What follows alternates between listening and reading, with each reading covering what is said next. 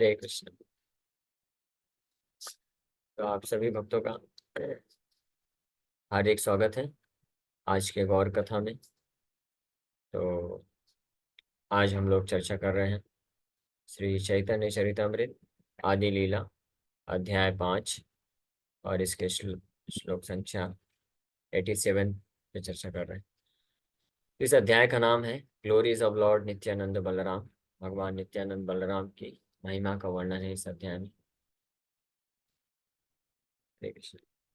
इसलिए नित्यानंद प्रभु के चरण कमलों में प्रार्थना करते हुए हम लोग एक श्लोक उच्चारण करेंगे। संकर्षण कारण तो यशाई गर्भोदशाई पयोक्तिशाई शेषश्चय अंश कला स नित्यानंदाख्य राम शरणं ममास्तु। नित्यानंद नमस्तुभ्यं परमानंद प्रदायिने कलौ कल्मष नाशाय जानवापतये नमः। तो लास्ट टाइम हमने ये चर्चा किया कि प्रकृति सहित तार उभय संबंध तथापि प्रकृति सह नहीं स्पर्शकन। कि भगवान कृष्ण किस प्रकार से दिव्य स्थिति में है, ट्रांसेंडेंटल पर्सनालिटी। हालांकि प्रकृति के साथ दो प्रकार का रिलेशनशिप है भगवान का इस सृष्टि की रचना के लिए, लेकिन इस फिर भी भगवान पूर्ण रूप से जो है प्रकृति के स्पर्श से मुक्त है। प्रकृति का प्रभाव नहीं है, प्रकृति के तीनों गुणों के परे हैं भगवान। तो ये हमने कुछ एग्जाम्पल्स लेकर के डिस्कस किया था। अब आगे इसका प्रूफ जो है, अभी इसका प्रूफ दे रहे हैं, भागवत से प्रमाण प्रस्तुत कर रहे हैं। एतदीशनमीशस्य प्रकृतिस्तु हि स्थोऽपि तद्गुणे न युज्यते सदात्मस्थैर्यथा बुद्धिस्तदाश्रया। ये श्रीमद् भागवतम के पहले स्कंद के 11वें अध्याय का 38 नंबर श्लोक है, जिसमें बताया गया है कि ये भगवान का महान ऐश्वर्य है। This is the opulence of the Lord. भगवान का ये ऐश्वर्य है। Although situated within the material nature, he is never affected by the modes of nature। हालांकि इस भौतिक जगत में रहते हैं भगवान, जब अवतार लेते हैं आते हैं, लेकिन फिर भी वो किसी भी अवस्था में भौतिक जगत के गुणों से प्रभावित नहीं होते हैं। Similarly, those who have surrendered to him and fixed their intelligence upon him are not influenced by the modes of nature। तो भगवान की बात तो दूर की रही, यहाँ तक कि भगवान के चरण कमलों में आश्रय लेने वाले वो भक्त हैं जो पूर्ण रूप से यथा बुद्धि तद आश्रया, हाँ, जिन्होंने पूर्ण रूप से भगवान का आश्रय ले लिया है, जिनका बुद्धि जो है पूर्ण रूप से भगवान के चरण कमलों में फिक्स है, तो वो भी किसी भी प्रकार के भौतिक जो गुण हैं, रजोगुण तमोगुण सतोगुण से प्रभावित नहीं होते। इसीलिए भगवान या भगवान के जो शुद्ध भक्त होते हैं वो इन तीन गुणों के परे होते हैं। इसलिए जब ऐसे कभी ऐसा प्रतीत होता भी है कि भगवान कुछ ऐसे कार्य कर रहे हैं जिससे लगता है कि भगवान भी भौतिक गुणों से प्रभावित हैं, जैसे भगवान भी कभी गुस्सा करते हैं, असुरों का वध करते वक्त भगवान गुस्सा करते हैं, उनको मारते हैं। भगवान रामचंद्र जब पहले तो समुद्र देव के लिए यज्ञ किए, प्रार्थना किए, लेकिन जो है वो नहीं सुन पाए, प्रार्थना नहीं स्वीकार किए। पहले तो भगवान रामचंद्र क्योंकि मानवीय लीला कर रहे थे, तो एक क्षत्रिय होने के नाते भगवान क्षत्रिय धर्म को निभाते हुए कि ये देवता हैं, हमसे बड़े हैं, तो इनको हमको प्रार्थना करना चाहिए। तो प्रार्थना करने पे ये जो है कृपा करके हमको रास्ता दे सकते हैं। तो उस धर्म का पालन करते हुए किए, लेकिन जब वो सुने नहीं तो भगवान अपनी वास्तविक जो स्थिति है उसको प्रदर्शित कर दिए। भगवान रामचंद्र केवल अपने आंखों की भ्रुकुटी को थोड़ा सा टेढ़ा कर देते हैं, यानी थोड़ा गुस्सा बस प्रकट कर देते हैं। उस गुस्से को देख करके ही, उस गुस्से के प्रभाव से न केवल समुद्र देवता बल्कि समुद्र में रहने वाले सभी जीव जंतु डर जाते हैं और दोनों हाथ जोड़ करके पूरा पैराफर्नेलिया वर्शिप का पूजा करने के सारे अपने जो पैराफर्नेलिया उसको लेकर के आते हैं, भगवान रामचंद्र का पूजा करते हैं और उनसे माफी मांगते हैं, फिर उनको ये उपाय बताते हैं। तो इस तरह से तो यहाँ पे भगवान रामचंद्र ने गुस्सा किया, या जब रावण का वध कर रहे थे भगवान, तो रावण को डांटते हुए जो है उसके ऊपर गुस्सा करते हुए उसका वध करते हैं। रावण को बोलते हैं कि तुम उस कुत्ते की तरह हो जो कि घर का जो मालिक होता है, जब किचन से या घर से थोड़े समय के लिए कुछ कार्य के लिए बाहर जाता है, तो कुत्ता जो है पीछे पीछे घुस जाता है और खाद्य पदार्थ लेके भाग जाता है। तुम उसी तरह से हो। अगर तुम्हें असली वीरता है तो तुमको रुक करके मेरा सामना करके सीता को लेके जाना चाहिए था। मैं जब आश्रम से दूर था तो तुमने छल करके सीता को लेके गए थे, तो इसलिए तुम जो है उस कुत्ते की तरह हो। तो ऐसे भगवान गुस्सा भी कर रहे हैं और रावण को फिर उसका वध करते हैं, कुंभकर्ण का वध करते हैं। तो कोई सोच सकता है कि ये गुस्सा करना तो रजोगुण का प्रभाव होता है, लेकिन जब भगवान गुस्सा करते हैं, किसी का वध करते हैं, तो रजोगुण नहीं होता है। ठीक है, वो भी क्या होता है, शुद्ध सत्व होता है, प्योर गुडनेस होता है। या भगवान जब जो है रासलीला किए, ये 16,108 रानियों के साथ विवाह किए और अनेकों अनेकों प्रकार से क्रीड़ा करते हैं अपने रानियों के साथ, गोपियों के साथ, तो वो भी रजोगुण का प्रभाव नहीं होता है। रजोगुण तमोगुण का प्रभाव नहीं होता है। या भगवान जब बड़े शांत शांत स्वभाव में है, जो गाइडेंस दे रहे हैं अर्जुन को, जैसे भगवद गीता सुनाए, तो वो सतोगुण नहीं है। ये तीनों ही अवस्था में भगवान सतोगुण रजोगुण तमोगुण से परे शुद्ध दिव्य स्थिति में बने रहते हैं। ये है इस श्लोक का अर्थ, कि प्रकृति स्थो अपि तद्गुण है, प्रकृति में स्थित होकर भी उसके गुण से प्रभावित बिल्कुल भी नहीं होते हैं। उसी उसी तरह जैसे गीता में उदाहरण दिया गया है, आकाश हर जगह विद्यमान है लेकिन फिर भी उससे प्रभावित नहीं होता है। तो ये भागवत से ये श्लोक कोट करके इसको प्रमाणित कर रहे हैं कृष्णदास कविराज गोस्वामी। यही मत गीता तेह पुनः पुनः का, सर्वदा ईश्वर तत्व अचिंत्य शक्ति है। और भगवान कृष्ण गीता में भी इसी चीज को बार बार कई बार रिपीट करते हैं और ये प्रदर्शित करते हैं कि भगवान की जो शक्तियां हैं वो अचिंत्य हैं, कोई उनको समझ नहीं सकता, inconceivable. Thus, the Bhagavad Gita also states again and again that the absolute truth always possesses inconceivable power. तो भगवद गीता के कुछ श्लोकों को कोट करेंगे, पूरा तो नहीं कोट करेंगे, लेकिन कुछ श्लोकों को यहाँ पे रेफरेंस देकर के कविराज गोस्वामी ये प्रमाणित करेंगे कि गीता में भगवान बोलते हैं कि वो किस तरह से दिव्य स्थिति में बने रहते हैं।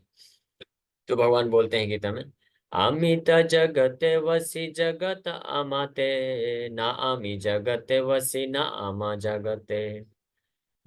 ये बड़ा ही विचित्र बात है। Lord Krishna said, I am situated in the material world and the world rests in me.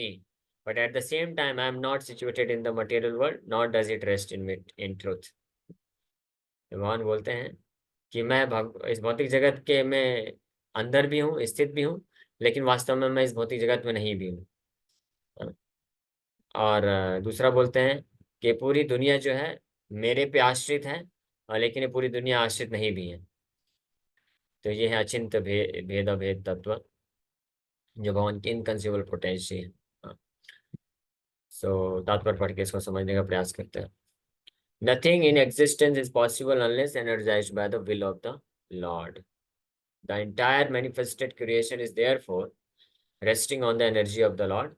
But one should not therefore presume that the material manifestation is identical with the Supreme Personality of Godhead. तो ये मतलब है कि भगवान की ही ऊर्जा से, भगवान की ही शक्ति से, वास्तव में पूरा भौतिक जगत क्या है, ये भी भगवान का ही एक विस्तार है, भगवान की शक्ति ही है, बहिरंगा शक्ति इसको बोलते हैं। इसलिए पूरा भौतिक जगत जो है भगवान की ही शक्ति पे निर्भर है, इसलिए भगवान पे आश्रित है। इसलिए उस सेंस में भौतिक जगत भगवान ही है। लेकिन फिर भी व्यक्ति को ये नहीं सोचना चाहिए कि भौतिक जगत जो है भगवान बन गया है।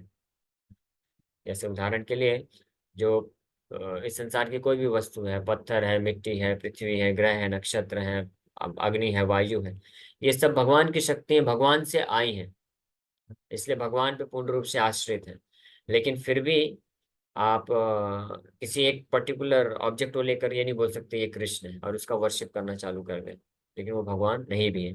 तो भगवान है भी, भगवान नहीं भी है, ये इस बात से यहाँ पे पता चलता है कि but at the same time I am not situated in the material world, I am situated in the material world, कि भगवान कण कण में विद्यमान है, परमात्मा के रूप में भी विद्यमान है, और जो भौतिक तत्व है वो भगवान की शक्ति के रूप में भी है। लेकिन एट द सेम टाइम भगवान इस भौतिक जगत में नहीं भी है, यानी ये भौतिक जगत भगवान नहीं भी है। उदाहरण दे रहे हैं, अ क्लाउड में rest in the sky but that does not mean that sky and the cloud are one and the same. जो बादल आकाश में होता है, लेकिन इसका मतलब ये नहीं कि बादल और आकाश सेम वस्तु हो जाए। Similarly, the qualitative material nature and its products are never identical with the Supreme Lord. The tendency to lord it over material nature or Maya cannot be a feature of the Supreme Personality of Godhead. When he descends to the material world, he maintains his transcendental nature, unaffected by the material qualities. In both the spiritual and material worlds, he is always the controller of all energies. The uncontaminated spiritual nature always exists within him. The Lord appears and disappears in the material world in different features for his pastimes. Yet he is the origin of all cosmic manifestation. तो भगवान समय समय पे इस भौतिक जगत में अवतरित होते हैं, आते हैं, लेकिन वो अपने दिव्य आध्यात्मिक स्वभाव में बने रहते हैं। अनकंटेमिनेटेड स्पिरिचुअल नेचर में ही हमेशा स्थित रहते हैं। भौतिक जगत के तीन गुणों से प्रभावित नहीं होते। और दूसरा, he is always the controller of all energies. अपने सभी शक्तियों के वो एकमात्र नियंत्रक होते हैं। लेकिन वो जो शक्तियां हैं वो भगवान के प्रेरणा से जो है अद्भुत तरीके से कार्य करती है। लेकिन वो शक्ति अपने आप में भगवान नहीं भी है। तो जो शक्ति है वो भगवान की प्रेरणा से अद्भुत तरीके से कार्य करती है, इसलिए ऐसा प्रतीत होता है कि ये भी भगवान है, लेकिन वो भगवान नहीं भी। इसका मतलब इस भौतिक जगत के माध्यम से भगवान अपने आप को प्रकट करते हैं, लेकिन वो भौतिक जो जगत है, भौतिक तत्व है, वो भगवान नहीं। जैसे उदाहरण के लिए जो आयरन होता है, पिछले कुछ लोग पहले आयरन का उदाहरण दिया गया था कि लोहा होता है। तो लोहा अपने आप में उसके पास शक्ति नहीं है कि किसी ऑब्जेक्ट को स्पर्श करने से वो जला सके। लेकिन उस लोहे में अगर अग्नि की शक्ति को संचारित कर दिया जाए, यानी आग, इंटेंस फायर में, तीव्र अग्नि में वो लोहे को डाल के रख दिया जाए और वो पूरी तरह से अग्नि से जो है एनर्जाइज्ड हो जाए, शक्ति को प्राप्त कर ले, ऊर्जा को प्राप्त कर दे और इतना बिल्कुल लाल हो जाए, तो उस लोहे को फिर आप जब किसी वस्तु से स्पर्श कराएंगे तो वो वस्तु जल जाएगी। तो वो वस्तु जल रही है, किसके द्वारा? लोहे के द्वारा जल रही है। तो लोहा आग है भी, लेकिन लोहे को आग नहीं भी बोल सकते। तो लोहा आग है क्योंकि उसके माध्यम से जो अग्नि है, अग्नि लोहे में प्रवेश करके अपनी शक्ति को संचारित करके वस्तुओं को जला सकती है, इसलिए लोहे को अग्नि बोला जा सकता है। लेकिन वास्तव में लोहा अग्नि नहीं। ठीक है, ये समझने वाली बात है। तो उसी प्रकार से ये भौतिक जगत के हर एक तत्वों में जो है भगवान से प्रकट होते हैं, पहली बात। और दूसरा, भगवान अपने आप को इसमें उपस्थित करके जो वंडरफुल तरीके से, बहुत ही अद्भुत तरीके से कार्य करते हैं। लेकिन फिर भी ये जो इस संसार के जो भौतिक तत्व हैं, भौतिक चीजें हैं, वो भगवान नहीं है। तो उनको भगवान से कंपेयर नहीं किया जा सकता है, भगवान नहीं बनाया जा सकता है।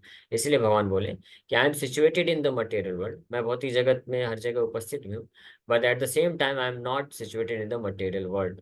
मैं भौतिक जगत में हूँ भी, लेकिन नहीं भी हूँ, यानी व्यक्तिगत रूप से भगवान नहीं भी है। ठीक है, तो ये थोड़ा सा हो सकता है कठिन तत्व लगेगा, लेकिन वो भगवद गीता में जब हम ये पहुंचेंगे इस चैप्टर में तो इसको और डिटेल में चर्चा करेंगे। लेकिन अगर कुछ एग्जाम्पल से समझने का प्रयास करेंगे तो समझ भी जाएंगे। हाँ, जैसे दूसरा एग्जाम्पल ले सकते हैं कि जो गवर्नमेंट होती है, तो गवर्नमेंट अपने रिप्रेजेंटेटिव को भेजती है कहीं पे।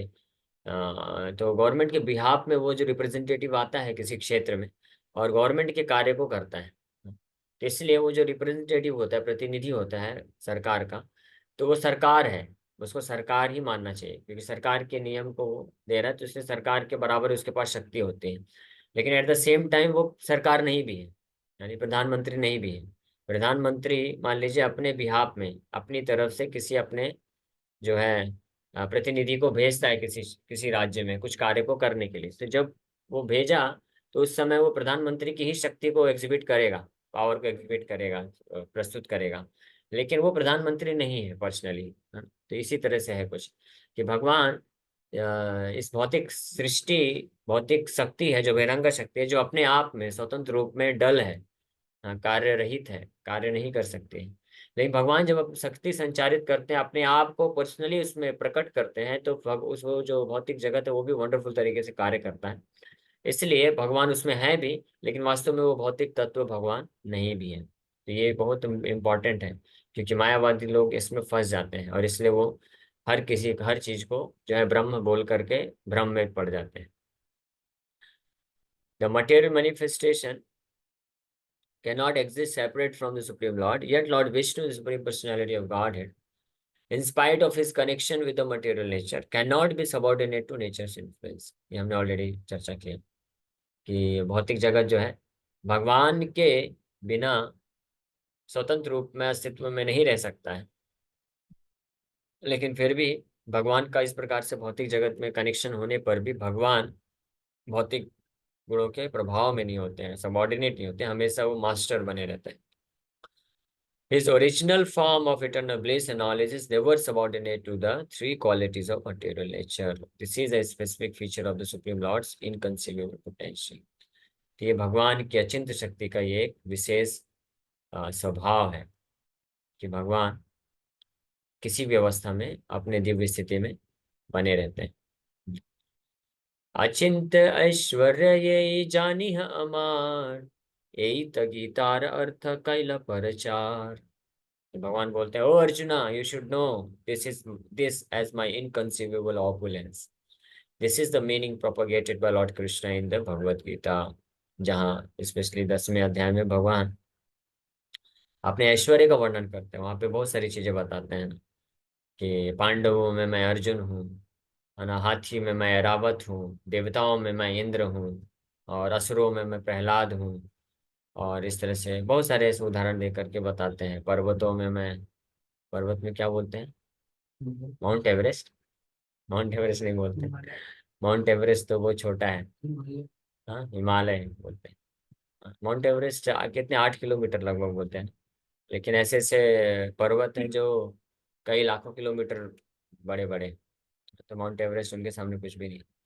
एनीवे, तो भगवान इस तरह से बोलते हैं, जलाशयों में मैं समुद्र हूँ, नदियों में मैं गंगा हूँ। हाँ, इस तरह से उदाहरण देते हैं, अपने ऐश्वर्य को बताते हैं। लेकिन फिर भगवान ये भी बताते हैं कि मैं, यानी इसका मतलब है कि ये मेरी ही शक्ति से सर्वश्रेष्ठ स्थिति में है सब लोग, लेकिन ये लोग मैं नहीं, मतलब ये लोग भगवान नहीं।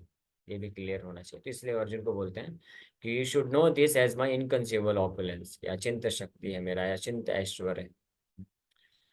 सेत पुरुष यार अंश धरे नाम, चैतन्य रस संग से नित्यानंद राम। दैट महापुरुषा कारण दक्षाई Vishnu is known as a plenary part of him who is lord Nityananda Balaram, the favourite associate of lord Chaitanya. तो अभी तक जिनका वर्णन कर रहे थे, जो माया में, माया जगत में आ करके डायरेक्ट जो है कनेक्शन है जिनका, और कार्य करते हैं, लेकिन फिर भी अपने दिव्य स्थिति में बने रहते हैं, वो कौन है, वो पुरुष कौन है? महाविष्णु है, करुणोदक्षाई विष्णु, जो गर्भोदक्षाई विष्णु, शिरोदक्षाई विष्णु के रूप में प्रकट करके कार्य करते हैं। तो वो ऐसी दिव्य स्थिति में है, सोचिए। और वो कौन है? वो जस्ट भगवान बलराम, नित्यानंद बलराम के एक प्लेनरी पार्ट है, अंश, 11 अंश अंश है।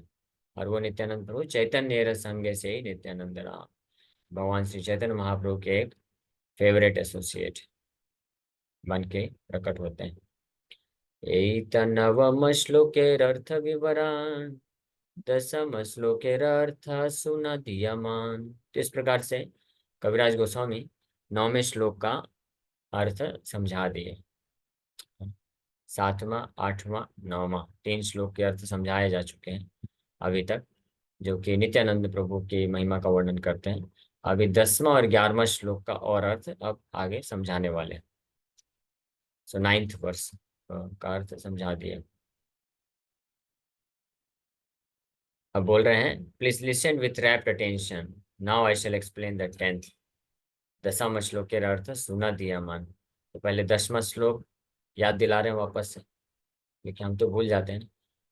तो 10वां श्लोक, ये पहले अध्याय में जो 14 श्लोक मूल श्लोक हैं उसका ही व्याख्या चल रहा है। तो पहले अध्याय के जो शुरू के 14 श्लोक हैं, तो शुरू के उसमें से 5 श्लोक, सॉरी 6 श्लोकों में, शुरू के 6 श्लोकों में श्री चैतन्य महाप्रभु के तत्व का, महिमा का वर्णन किए।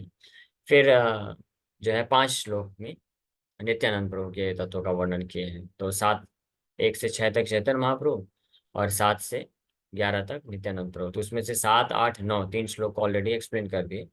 अब 10वें श्लोक का यहाँ पे वर्णन करने जा रहे हैं। तो 10वां श्लोक इस प्रकार से, यस्यां शं सश्रीलगर्भोदशायि, यन्नाभि अब्जम लोक संघात नालम, लोक सृष्टु श्रुतिका धाम धातु तम श्री नित्यानंद रामम प्रपद्ये। तो देखिए, तो पहले श्लोक में यानी 7वां श्लोक जो आया था, तो उसमें नित्यानंद प्रभु का पूरी महिमा को कि 5 प्रकार 5 स्वरूप लेते हैं, एक आध्यात्मिक जगत में और 4 भौतिक जगत में, उसका वर्णन किए थे। फिर सेकंड यानी 8वें श्लोक में जो है वो कारणोदक्षाय विष्णु संकर्षण के बारे में वर्णन किए, जो आध्यात्मिक जगत को संचालित करते हैं। फिर जो पिछला श्लोक हमने चर्चा किया जिसका इतना सारा व्याख्या हुआ, 9वां श्लोक, उसमें कारणोदक्षाय विष्णु के बारे में चर्चा की। अब जो ये जो 10वां श्लोक है, अब ये कारणोदक्षाय विष्णु के विस्तार, जिनको बोलते हैं गर्भोदक्षाय विष्णु, उनके बारे में अब बताने वाले हैं कि वो क्या क्या कार्य करते हैं और वो उनका नित्यानंद प्रभु से क्या relation. So I offer my full obeisances unto the feet of Sri Nityananda Ram, a partial part of whom is Garbhodakshaya Vishnu. From the navel of Garbhodakshaya Vishnu sprouts the lotus that is the birthplace of Brahma, the engineer of universe. The stem of that lotus is the resting place of multitude of planets. तो मैं ऐसे भगवान श्री नित्यानंद प्रभु के चरण कमलों में प्रणाम करता हूँ, जिनके अंश अंश, अ पार्शियल पार्ट, अंश के अंश, जिनके गर्भोदक्षाय विष्णु हैं, और इन्हीं गर्भोदक्षाय विष्णु के नाभि से एक पद्म कमल निकलता है, जो कि birth place of Brahma, Brahma ji का जन्म स्थान बन जाता है।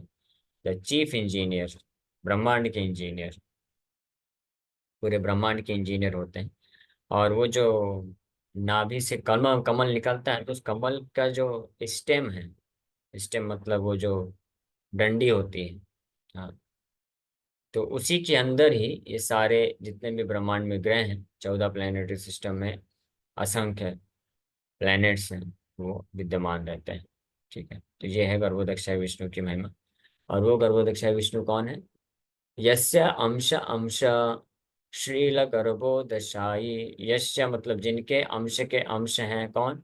श्रील गर्भ उदशाई, गर्भ मतलब ब्रह्मांड, ब्रह्मांड के अंदर का, और उद मतलब पानी, शाही मतलब शयन करने वाले, तो गर्भोदक शाही बोलते हैं, ये गर्भोद शाही बोलते हैं, जो गर्भ सागर में शयन करते हैं, इसलिए उनका नाम पड़ गया गर्भोद शाही विष्णु। यह नाभि अब्जम, जिनके नाभि कमल से लोक संघात, मल्टीट्यूड ऑफ प्लैनेट्स, नालम स्टेम, उस नाली में, कौन सी नाली में? वो पुष्प, कमल के पुष्प की नाली में। लोक सृष्टु, ब्रह्मा जी का जन्म होता है। सूति का धाम धातु, तम श्री नित्यानंद राम प्रपद्ये। इस प्रकार से गर्भोदक्षाय विष्णु, तो इसके बारे में हम लोग कल और चर्चा करेंगे विस्तार से। So thank you very much. Hare Krishna.